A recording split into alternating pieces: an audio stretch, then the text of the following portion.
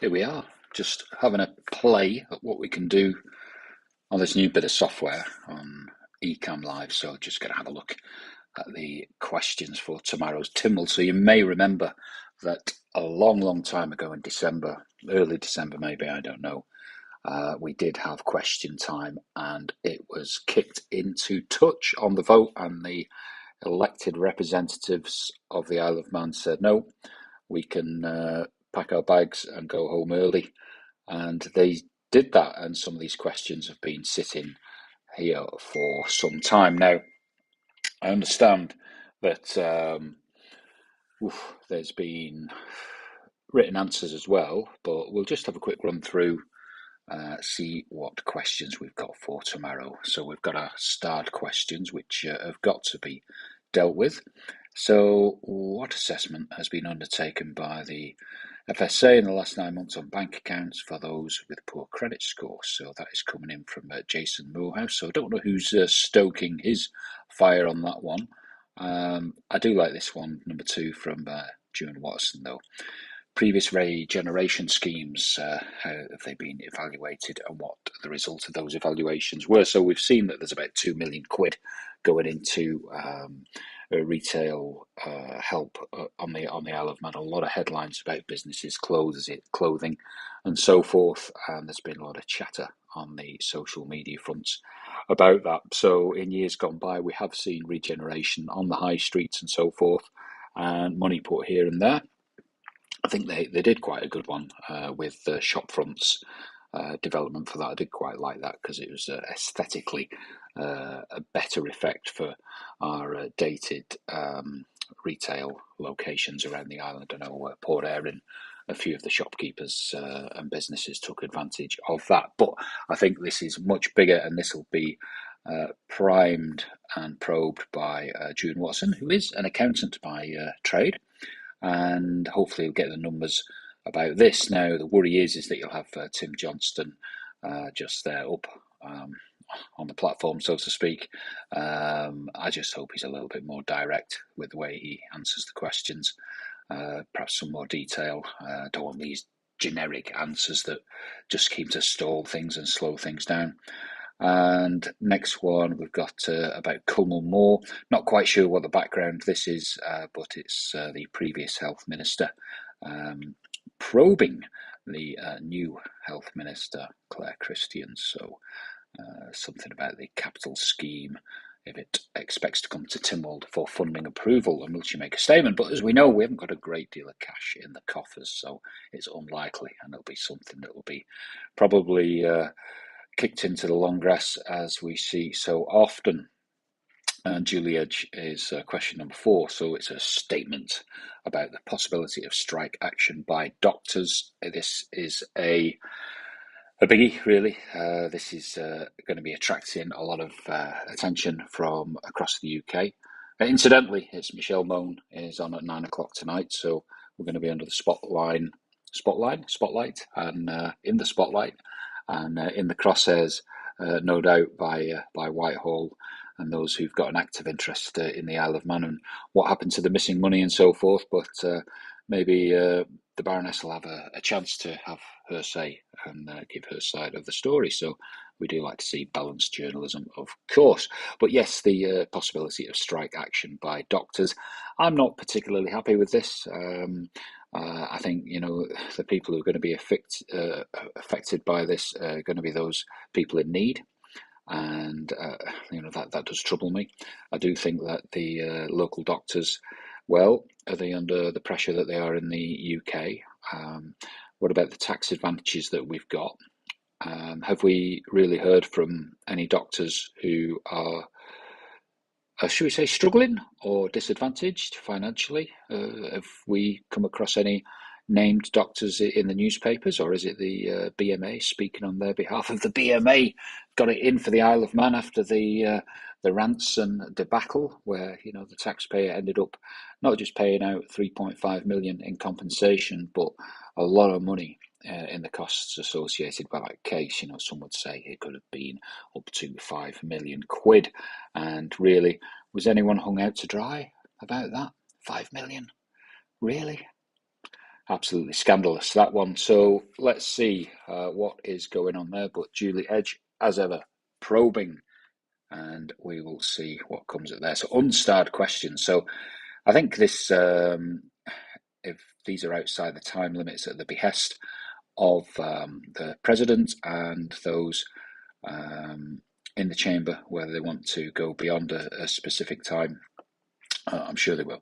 So something about Manx Sea Transport Guernsey, I don't know. Maybe that's got something to do with the steam packet. I really don't know what that is. And again, June Watson is on a good one here. Business cases, when are they going to be put forward as part of the 2025 budget process? Because as we know, it kind of gets dropped on the Tynwald members, and they've either got to vote for it or against it. You know, we have that long drawn out day of the budget where we listen to the MHKs just echoing what the one has said before, and yet if they've got any real issues with the budget, some of the big issues. I mean, we had the massive one last year with the extra 10% increase, not 2%, 20%. Went up to 22% basic tax, and yet we had some of our MHKs voting for it, whereas they should have really put a spanner in the works and got short of that budgetary, what can I say, bombshell that hit us all right across the Isle of Man. And there's no doubt about it, there is less disposable income in supply. There's no question about that. The cost of living has gone up, and really, you know, those poor people involved in hospitality, they're really finding it tough because people don't have a spare few quid in their pocket, and what loses out first? It's your luxuries, it's your entertainment, and it could be that, you know, it's one night out a month instead of 2, 3, 4, or what have you. And of course, the cost of going out, and then it's a vicious circle really, because businesses close down.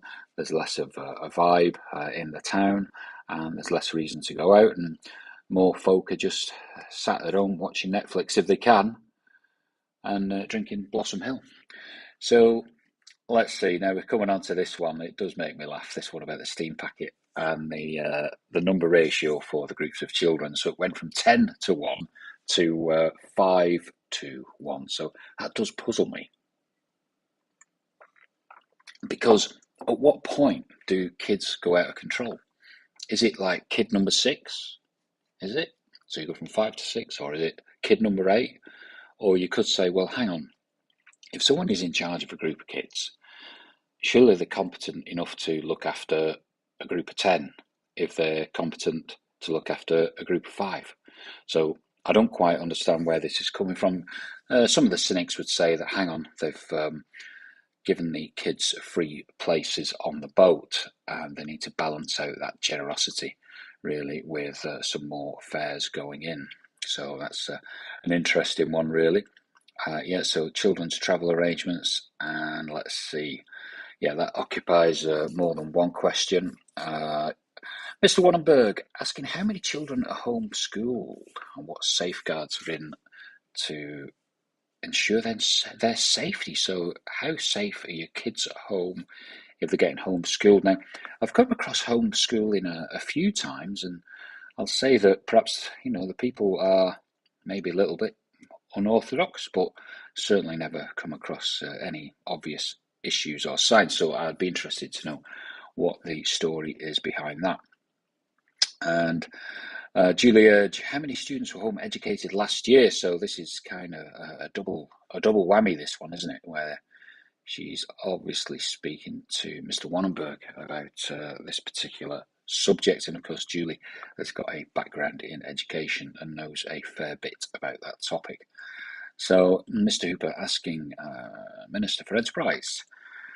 Funding, let's see, to cover expected increased cost with the relaunch Classic TT, and whether all impacted bodies were consulted before the decision was made. God, that's a tough one, isn't it? So they changed the format for the motorcycle event in August, which was really dying a death. A lot of complaints, a lot of custom lost, a lot of good faith out the window, and they're trying to bring it back. So I don't really know where that is aimed at. So his next question, We're talking about work permits. If he intends to progress reforms to work permits, and what reforms will be, and if he'll make a statement. Well, it's the old story, isn't it? We've got all these issues about immigration, lack of people to be employed in certain service sector jobs, the cost of living on the island, the cost of accommodation on the island. And then, of course, work permits. They've been, again, in sharp focus with the immigration issues that have been identified in the last few months and kind of, what can I say, put to one side. The reports of slavery on the Isle of Man, actual skullduggery, maybe some criminal behaviour, criminal activity, and maybe things that have gone on underneath our noses that shouldn't have done. And yet we're honing in on security at the ports, and I wonder where that will lead. So some topics there for the future. So Mrs. Edge asking Minister for Enterprise. So some data indicated in a written answer. So 1364. Let's have a look at that. See what that's all about. And then Mrs. Edge asking Claire Christian if she'll provide an update on the publication of the Manx Care Staff Survey. I wonder what that'll throw up. I suppose it depends where you are in the pay scale, how happy your lot is in that. And Mr. Morehouse, he's asking Minister for Infrastructure, what was the storm damage of the trees along roads? Well, I guess there was a couple of thousand trees down, and there'll be a few more. So yeah, these tall trees along the roadsides are a risk, and having to deal with that is time consuming and will create some financial burdens in that department. And then one of his next questions is talking about works being returned when works are completed, and it's the standard of the roads once these works have taken place. So what mechanisms are in place to ensure that high standards are maintained? So he's quite big on that. I think he gets a lot of heat from his parishioners, as we'll say, because I know it's up in Colby, isn't it? Balacry Park. I think they've had some difficulties there, so he's been fighting their corner up in Colby. And then what have we got here? Big one. So whether this will get covered tomorrow, I don't know. What factors have resulted in the proposed 5% rise in public sector housing rates? Well, what factors have resulted? It means more revenue for the government, and it's more unfair taxes at those people in lower incomes. So we're getting a 5% rise, and probably nothing for it personally for the householders. It's just more about this 10 million that's getting clawed back, dragged into the Treasury at every easy opportunity. And yet there's another question here that refers to a written answer about the national insurance rebate. So I wonder whether this is about people who move to the island for employment opportunities. So it says 718 people. So I'm wondering whether there's something loaded there, because these questions are often, a fuse for a couple of time bombs further down the line. What have we got here? Swimming lessons. What factors led to the duration of primary school swimming lessons in her department schools, and if she'll make a statement? So that is one for Daphne Kane. Not quite sure how that one is going to go. And artificial intelligence, question about that. And that is Mrs. Edge, who's been keeping a focus on that, and it is going to change all our lives. So we'll watch that one with bated breath. I think the world is just going to be such a different place in 5 years' time. And the Isle of Man, who knows, it could be like a scene from a Mad Max movie. So what progress has been made in delivering each of the recommendations for the access to cash review? Don't know what that's about, but it sounds pretty juicy. Access to cash. Have to keep an eye out for that. And then here we go. I think this is the last one, and it could be linked to that national insurance holiday issue. What the annual cost since inception has been the employee relocation incentive, and how many employees have been supported in this sector. So as ever, Julie is on the money, and I'll be tuning in tomorrow and we'll just see what comes up. So if you've got any comments, please put them in the box. If you like what this format is, it's just a case of keeping an eye on what's in your parliamentary world on the Isle of Man, and hopefully we'll get some good answers tomorrow, and we can just see exactly where our government is heading.